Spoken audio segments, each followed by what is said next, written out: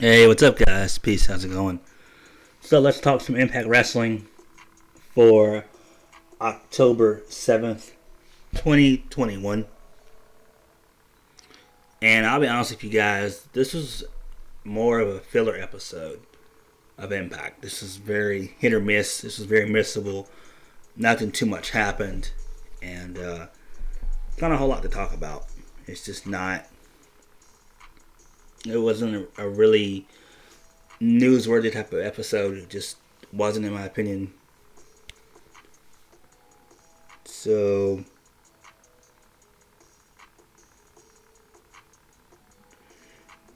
let's get started, shall we? So we kicked the show off with the Bullet Club versus Finn Juice and Chris Sabin. The Bullet Club featuring Chris Bay, Hikuleo, and El Fantasmo. Very good six-man tag, but in the end, the Bullet Club get the win, and I'm fine with that. Next, we had Heath Slater. I don't know. Oh, my bad. I'm sorry. Heath, and he cut a really good promo. And then out comes Violent by Design. They talk a bunch of shit, that being Eric Young. And then they end up attacking Heath Slater. Heath, taking out Heath. And that was that. And the crowd was chanting, "Where's Rhino?" and all that shit. But I don't know what they're going to do when it comes to Rhino. I just don't. I would imagine what they're going to do is have Rhino sometime next week make the save. If Heath gets beat down again, I almost said Slater. I don't know why. I'm just so used to him in WWE. So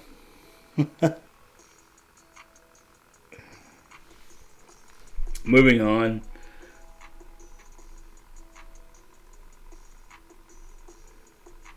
We had a backstage segment involving Willie Mack and Rich Swann, and then Brian Miters. His students, they appear. They talk shit to them. It sets up for a tag match between the two teams. And then next we had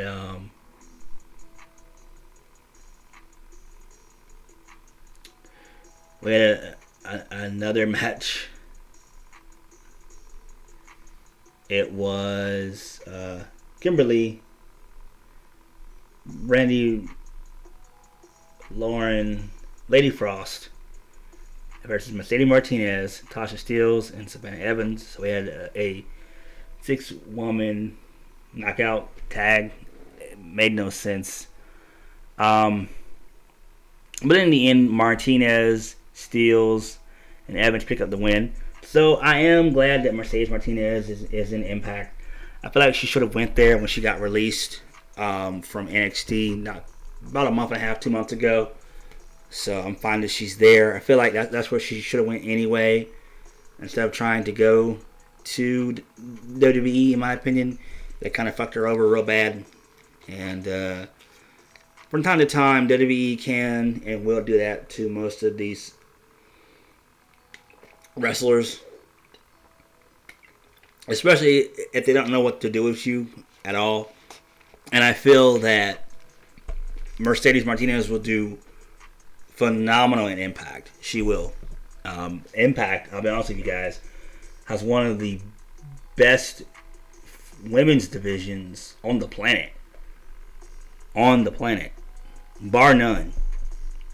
Then we had It's All About Me show featuring Decay, and they, being Decay, talk shit to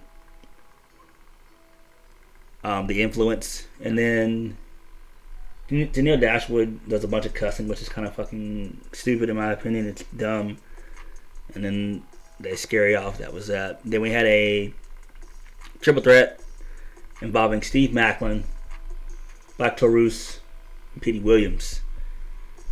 and Steve Macklin wins. And I'm glad that he does get the win here. And I do think he's in line to be the next X Division champion. I think that he's going to go places, and I think that in due time, I could see him Impact World Champion. I just could. I feel like the guy's a star, and I feel like Impact's going to do him justice. I really do. I don't know why in the fuck they didn't use Macklin in WWE. I have no idea.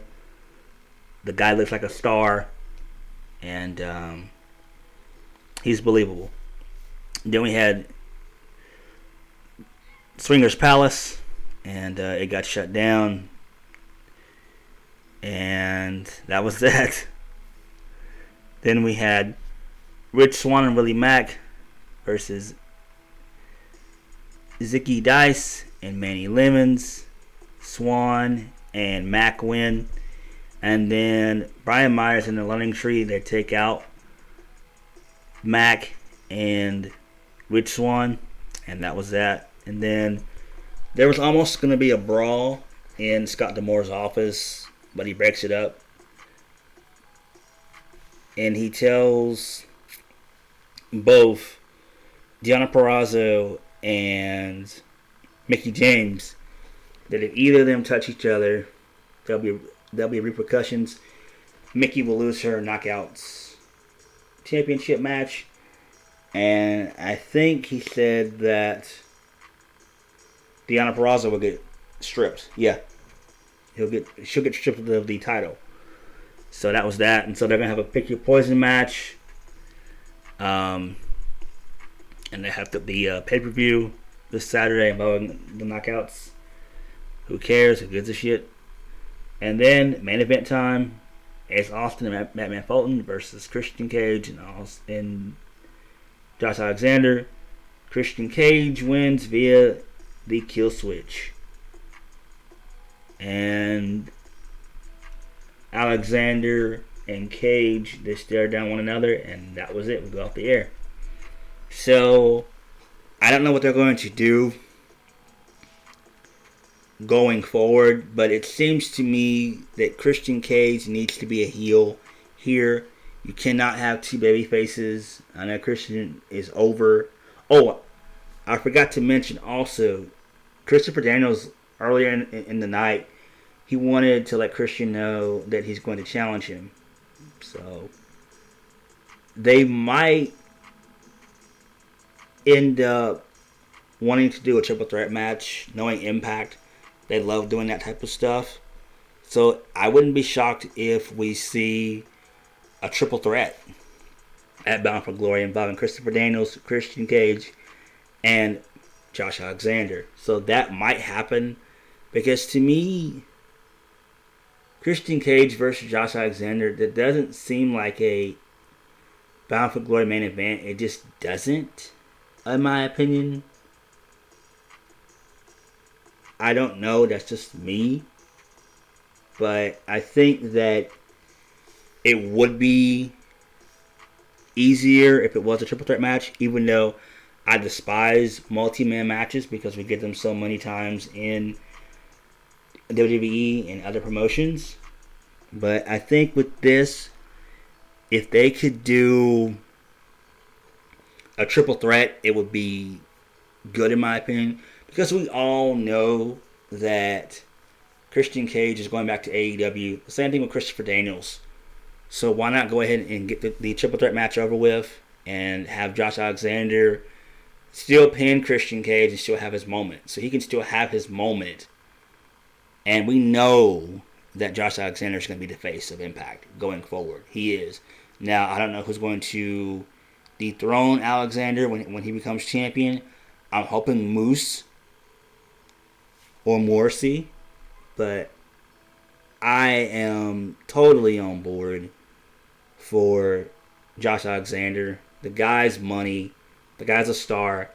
I could see him staying at Impact for another year or two, and then possibly jumping ships to an AEW or WWE, depending on how old he is. with WWE. But Impact was okay. It was okay. So on that note, thank you guys for watching. Hit the like button, comment down below. Subscribe to my videos. I'll have my SmackDown review up tomorrow. And I'll catch you guys later. Peace. Bound for Glory is in 2 weeks. And I'm excited. Peace.